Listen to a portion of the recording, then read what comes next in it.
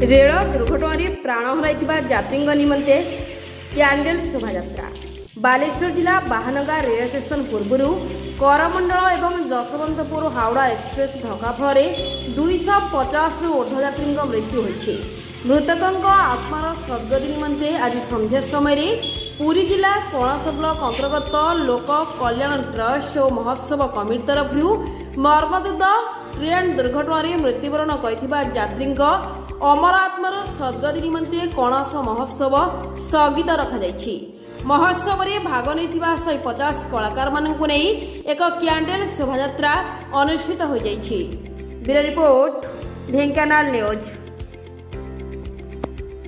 दुर्घटना है रेल में आपंकर से आज कैंडल यात्रा करते प्रतिक्रिया आपंकर कौन रहा? दिवंगत ट्रेन जो मैंने शहीद होती मरी आम से दुख प्रकाश करुँ।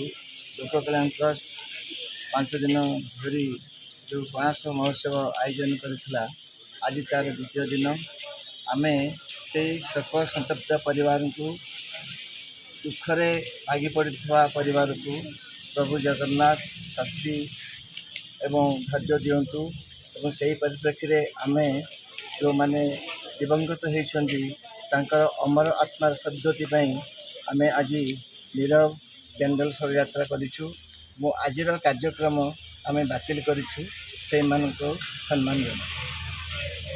Thank you.